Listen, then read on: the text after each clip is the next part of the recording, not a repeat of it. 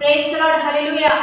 దేవుని నామానికి మహిమ కలుగును గాక. ప్రియ దేవుని బిడ్డలారా, ప్రతి ఉదయకాలం ఈ దినం దేవుని వాగ్దానం చూస్తున్నా మా ప్రియ దేవుని బిడ్డలందరికీ ప్రత్యేకమైన వందనాలు. దేవుని బిడ్డలారా, మీ అందరూ బాగున్నారా?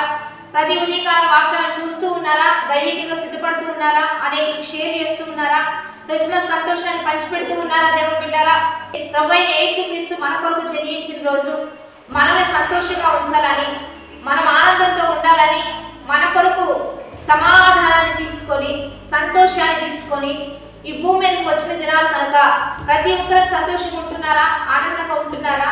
ఈ క్రిస్మస్ సంతోషంలో దేవుడు మనకి ఏ వాగ్దానం ఇస్తూ లేవనెత్తుతున్నాడో చూద్దాం. పరిశుద్ధ లేఖన గ్రంథంలో వచ్చి మత్తయి శుభవార్త 2వ అధ్యాయము 1-2 వచనాలు చదువుకుందాం. రాజైన హేరోదు దినముల యందు యూదాయ దేశపు బెత్లెహేములో యేసు పుట్టిన పిమ్మట ఇదిగో తూర్పు దేశపు జ్ఞానులు యెరూషలేముకు వచ్చి, యూదుల రాజుగా పుట్టినవాడు ఎక్కడ ఉన్నాడు? తూర్పు దిక్కున మేము ఆయన నక్షత్రము చూచి ఆయన పూజింపవచ్చుమని చెప్పిరి. ఈరోజు దేవుని బిడ్డలారా, తూర్పు దేశపు జ్ఞానులు నక్షత్రము చూచి ఆయన పూజింపవచ్చుమని ఇక్కడ మాట తెలియజేస్తూ ఉన్న విషయాన్ని దేవుడు మనకు బయలుపరుస్తూ ఉన్నాడు. తూర్పు దేశంలో జ్ఞానులు ఉంటున్నారు. అన్ని వేల నక్షత్రాలు ఉంటూ ఉండగా యేసు పుట్టినప్పుడే ఒక ప్రత్యేకమైన నక్షత్రం పుట్టిందని వారు గ్రహించారు అంటే, వారు కనుగొన్నారు అంటే వారు చాలా జ్ఞానవంతులని మనం గ్రహించాలి. ఎందుకు అంటే ఇన్ని కోట్ల నక్షత్రాలు ఆకాశ విశాలమందు ఉంటూ ఉండగా ప్రత్యేకమైన నక్షత్రం అది పుట్టిందని, అది ప్రత్యేకమైనదని, అది దారిని చూపిస్తుందని వారు గ్రహించారంటే వారు నిజంగా జ్ఞానులే. ఎందుకంటే ఈ విశ్వంలో ఎన్నో గొప్ప కార్యాలు దేవుడు సృష్టించాడు, ఎన్నో వాటిని సృష్టించాడు.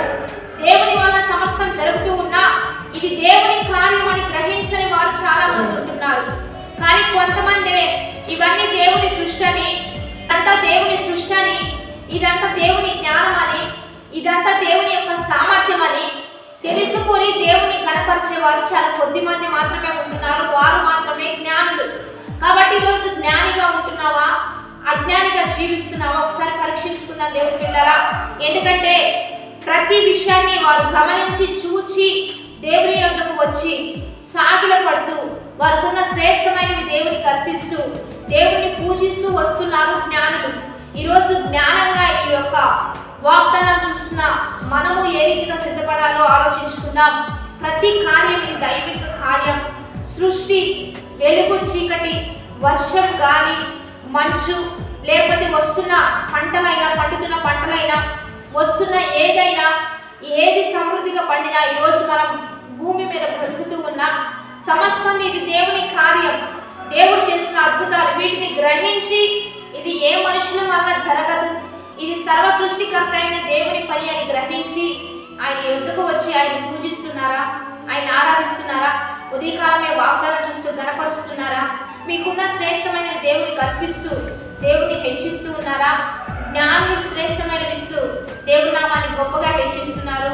ఈరోజు జ్ఞానం కలిగి జీవిద్దాం, దైవికంగా ముందుకు కొనసాగుదాం. మన జీవితంలో ఎన్ని ఉన్నా క్రీస్తు లేని జీవితం సున్నా కనుక క్రీస్తు మన కొరకు వచ్చాడు. మనం ఆయన కొరకు బ్రతుకుదాం. ప్రతి విషయంలో ఉదయకాలంలో దేవునికి అవకాశం ఇస్తూ దైవికంగా సిద్ధపడుతూ ఆత్మీయంగా బలపడుతూ విశ్వాసంగా ముందుకు కొనసాగుగా వాగ్దానాన్ని బట్టి ప్రార్థన చేద్దాం.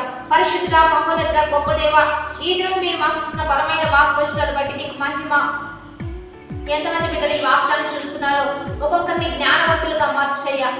నీవు కలుగు చేసిన ఈ సృష్టి కేవలం నీ చేతి పనులని గ్రహిస్తూ నీ యొద్దకు వస్తూ వారు వెలుగుతూ వెలుగువంతంగా మార్చయ్యా.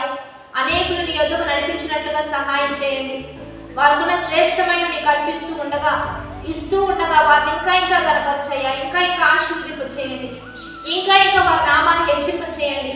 నీ నామ మహిమార్థంగా ఒక్కొక్కరిని లేవనెత్తయ్యా. ఈ దిన వాగ్దానం చూస్తున్న వారందరినీ కూడా జ్ఞానవంతులుగా, ఆశీర్వాదాలు కనుకలుగా మార్చి ఈరోజు బర్త్డేస్, మ్యారేజ్ డేస్ జరుపుకున్న వారికి దీవెనలు, శుభములు ప్రకటిస్తూ నీ నామ మహిమార్థంగా ముందుకు కొనసాగించమని ప్రభువైన యేసుక్రీస్తు నామం పేరిట అడిగి వేడుకొని ప్రార్థిస్తూ నామ గొప్ప తండ్రి, ఆమేన్.